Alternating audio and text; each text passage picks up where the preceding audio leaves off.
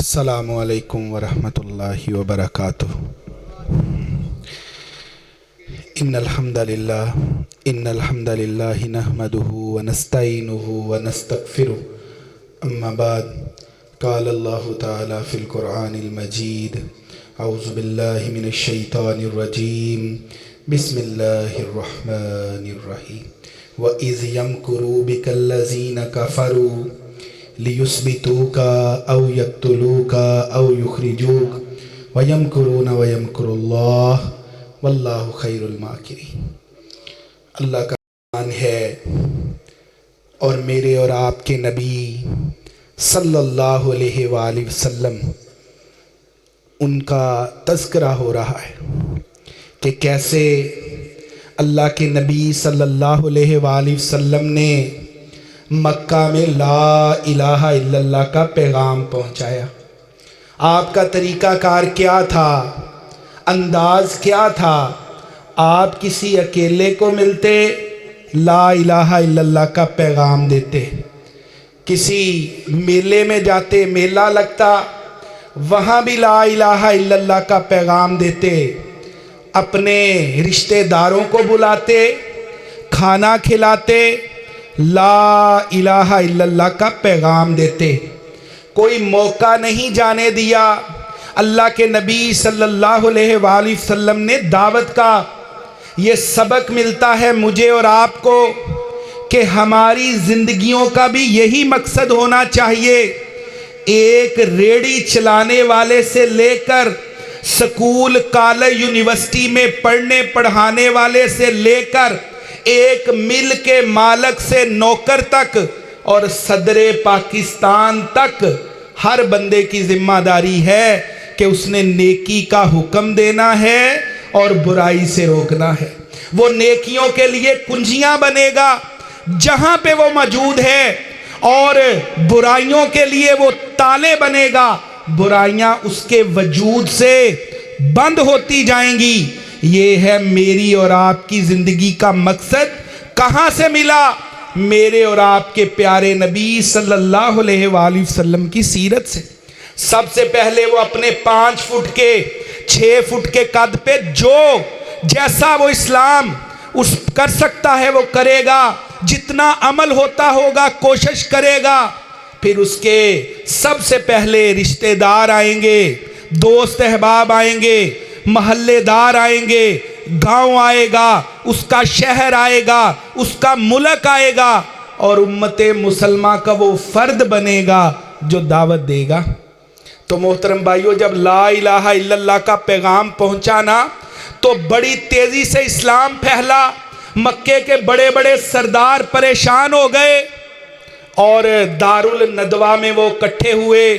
مقصد کیا ہے کہ لا الہ الا اللہ کی دعوت کو روک دیا جائے۔ ابو جہل بھی آ گیا، ابو لہب بھی آ گیا، ابو سفیان بھی آ گیا، شیطان بھی آ گیا انسانی شکل میں۔ بڑا اس نے جبہ پہنا ہے، شکل سے بڑا سمجھدار محسوس ہوتا ہے۔ پوچھنے والا پوچھتا ہے بھئی تم کون ہو؟ کہتا ہے جو تمہاری پریشانی ہے وہی میری پریشانی، جو تمہارا مسئلہ ہے وہی میرا مسئلہ ہے۔ کہتے ٹھیک ہے تم بھی آ جاؤ۔ مشاورت شروع ہو گئی کہ کیسے لا الہ الا اللہ کی دعوت کو روک دیا جائے۔ پہلا مشورہ آتا ہے، کہتے ایسا کرتے ہیں کہ محمد صلی اللہ علیہ وآلہ وسلم کو کال کوٹری میں قید کر دیتے ہیں۔ یہ قید اتنی لمبی ہو کہ محمد صلی اللہ علیہ وآلہ وسلم اسی کال کوٹری میں بھوکے پیاسے مر جائیں۔ شیطان بولتا ہے، کہتا تمہیں نہیں پتا محمد صلی اللہ علیہ وآلہ وسلم کے ماننے والوں کا وہ اپنی جان پر کھیل جائیں گے اور محمد صلی اللہ علیہ وآلہ وسلم کو قید میں نہیں رہنے دیں گے۔ دوسرا مشورہ آیا کہ ایسا کرتے ہیں کہ محمد صلی اللہ علیہ وآلہ وسلم کو مکہ سے نکال دیتے ہیں۔ شیطان بولتا ہے، کہتا تمہیں نہیں پتا محمد صلی اللہ علیہ وآلہ وسلم کے مزاج کا، طبیعت کا، وہ جہاں بھی جائیں گے لا الہ الا اللہ کا پیغام دیں گے، ایک لشکر تیار ہوگا، وہ تم پہ حملہ کرے گا، تم مقابلہ نہیں کر سکو گے۔ بڑی لمبی مشاورت، آخر پہ ابو جہل بولتا ہے، کہتا ہے ایسا کرتے ہیں کہ محمد صلی اللہ علیہ وآلہ وسلم کو نعوذ باللہ قتل کر دیتے ہیں، مسئلہ ہی ختم ہو جائے گا۔ شیطان بولتا ہے، کہتا ہاں یہ بہترین مشورہ ہے، میں تمہیں بتلاتا ہوں کیا کرنا ہے۔ مکے کے جتنے قبیلے ہیں ان قبیلوں میں سے ایک ایک نوجوان کو لو جو تلوار چلانے والا ہو، جو تیر چلانے والا ہو۔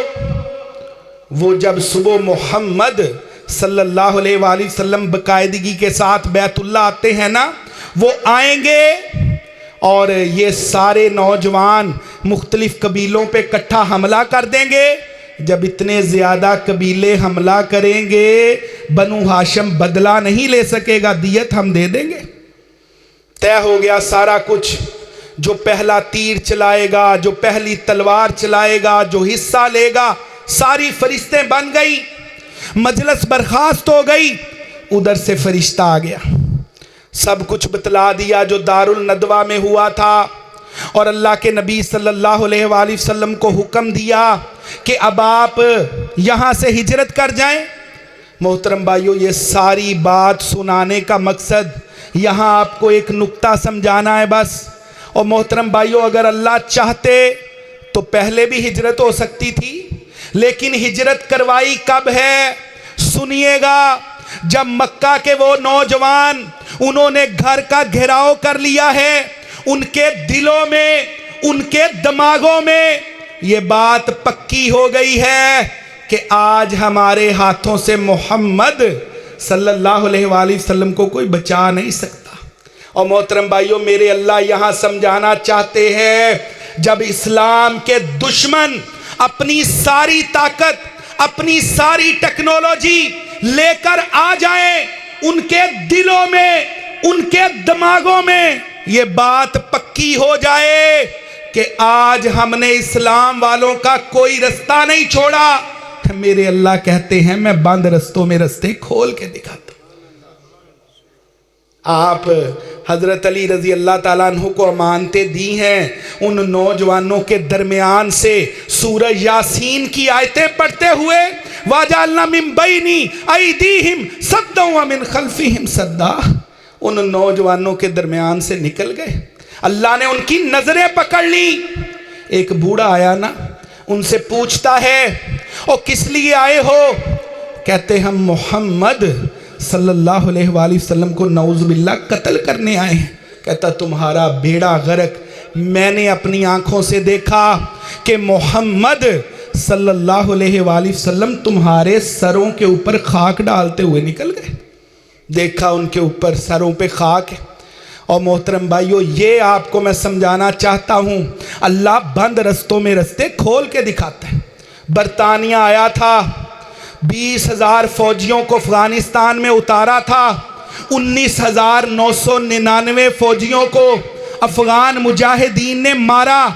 یہ وہی برطانیہ تھا جس کی سلطنت کا سورج غروب نہیں ہوتا تھا، سورج غروب نہیں ہوتا تھا، اور ایک بچا فوجی، اور کہتا کیا تھا؟ لیُثْبِتُوکَ او یقتلوک او یخرجوک، ان اسلام والوں کو قتل کریں گے، در بدر کریں گے، نظر بند کریں گے۔ ایک بچا تھا، ڈاکٹر تھا، تورخم کے راستے پشاور آیا، جس نے بتایا ہماری فوج ماری جا چکی ہے۔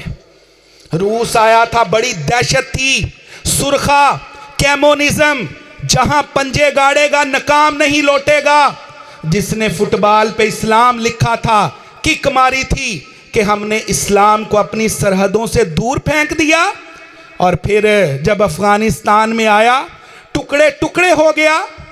امریکہ آیا تھا ہماری زندگیوں میں، دنیا کے 56 ملک لے کے آیا تھا، چینوک کوبرا ہیلی کاپٹر لے کے آیا تھا، سٹیلتھ ٹیکنالوجی گوگل ارتھ لے کے آیا تھا۔ کہتا تھا سوئی بھی اوجل نہیں، آج بھی بش کی تقریر موجود ہے، کہتا تھا صلیبی جنگوں کا آغاز ہے، لیُثْبِتُوکَ او یقتلوک او یخرجوک، ان اسلام والوں کو قتل کریں گے، در بدر کریں گے، نظر بند کریں گے۔ لیکن کیا ہوا؟ شکست کھا گیا۔ آج جیو اور دنیا نیوز پہ بیٹھنے والے بڑے بڑے دانشور کہتے امریکہ تھک کے گیا، جاؤ پھر ٹرمپ صدر آ گیا ہے۔ ٹویٹ کی تھی، کہتا تھا 33 ارب ڈالر کا نقصان ہوا اور ہم شکست کھا کے گئے۔ اور آخری بات، اور محترم بھائیو، اللہ بند رستوں میں رستے کھول کے دکھاتا ہے۔ آج بھی 7 اکتوبر 2023 آپ سمجھتے ہوں گے شاید اب اللہ کی مدد نہیں اترتی ہوگی۔ 7 اکتوبر 2023 وہ غزہ حماس کے مجاہدین کہاں حملہ کیا؟ اسرائیل پہ حملہ کیا۔ دنیا یہ سمجھتی تھی کہ اسرائیل پہ حملہ نہیں ہو سکتا، 7 سیکیورٹی کے حصار ہیں، آئرن ڈوم ہے اس کے پاس، دنیا بڑی ڈرتی تھی اس سے۔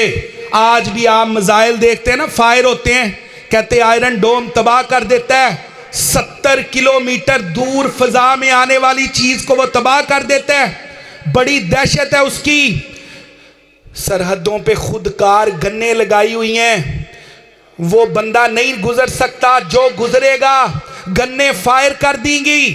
لیکن غزہ حماس کے وہ مجاہدین 7 اکتوبر 2023 کو سورہ یاسین کی آیتیں پڑھتے ہوئے وَجَعَلْنَا مِن بَيْنِ أَيْدِيهِمْ سَدًّا وَمِن خَلْفِهِمْ سَدًّا، اور نکل گئے، نہ گنیں فائر ہوئیں، نہ آئرن ڈوم کام آیا، کچھ کام نہیں آیا۔ آج بھی تل ابیب میں احتجاج ہو رہا ہے۔ آج کس بات پہ؟ 7 اکتوبر 2023 کو جو انہوں نے ان کے بندے یہودیوں کے لے کے گئے ہیں وہ واپس کرو۔ آپ کہہ رہے ہوں گے یہ کیسی باتیں کر رہے ہیں؟ موساد کا انٹیلیجنس چیف رو کے کہتا ہے ہمارا نظام برباد ہو گیا۔ اور محترم بھائیو، امریکہ کا وزیر خارجہ کہتا ہے یہ جو لوگ حملہ آور ہیں یہ 26/11 اور یہ ایک ذہن رکھتے ہیں۔ بات یہاں سنانے کا مقصد یہ ہے، آپ کہتے ہوں گے خواتین کی شہادتیں ہیں، بچوں کی شہادتیں ہیں، بڑی دردناک خبریں، اور آج بھی وہ اپنے اصل ٹارگٹ کو نہیں تلاش کر پائے، غصہ نکالتے ہیں۔ لیکن یہ بڑا دردناک پہلو ہے۔ مفتی محمود یوسف صاحب مفتی اعظم غزہ ہیں، کہتے پاکستانی مجھ سے سوال پوچھتے ہیں اور حملہ کر کے ہن چنگے رہے جے، کہتا میں پاکستانیوں کو جواب دیتا ہوں۔ مفتی اعظم محمود یوسف صاحب، والدہ شہید ہوئی ہیں غزہ میں، خاندان غزہ میں ہے، کہتا میں پاکستانیوں کو جواب دیتا ہوں، اور یہ ہماری شہادتیں تو بڑے عرصے سے تھی، لیکن یہ جو ہم نے حملہ کیا ہے نا یہ دنیا یاد رکھے گی۔ تو محترم بھائیو آئیں، آج فلسطین میں یہ ظلم ہو رہا ہے، کوئی قصور نہیں ان کا سوائے لا الہ الا اللہ، وہ پڑھنے والے ہیں، اور آج ہمیں وہ مدد کے لیے پکارتے ہیں۔ اللہ کا قرآن کہتا ہے وَأَنِ اسْتَنْصُرُكُمْ فِي الدِّينِ فَعَلَيْكُمُ النَّصْرُ، کہ دین کے رشتے سے وہ تمہارے بھائی ہیں، اور جس طرح نماز، روزہ، زکوٰۃ اور صاحب استطاعت پہ حج فرض ہے، اسی طرح فلسطینیوں کی مدد فرض ہے۔ آئے ان کے سفیر بنے، ان کی آواز بنے۔ چند لوگوں نے بائیکاٹ کیا ہے، آج کوکا کولا ہل گیا ہے، آج میکڈونلڈ کو 32 ارب ڈالر کا نقصان ہوا ہے۔ وہ لوگ جو کہتے ہیں ہم کیا کر سکتے ہیں، جو کہا ہے سنا ہے، اللہ عمل کی توفیق عطا فرمائے۔ ماشاءاللہ، جزاک اللہ، بڑے آسان انداز دے نال حالات حاضرات گفتگو فرما رہے سی عظیم مذہبی سکالر انجینئر محمد ثاقب مجید صاحب۔ اللہ تعالیٰ انہاں دے علم و عمل اندر برکت عطا فرمائے۔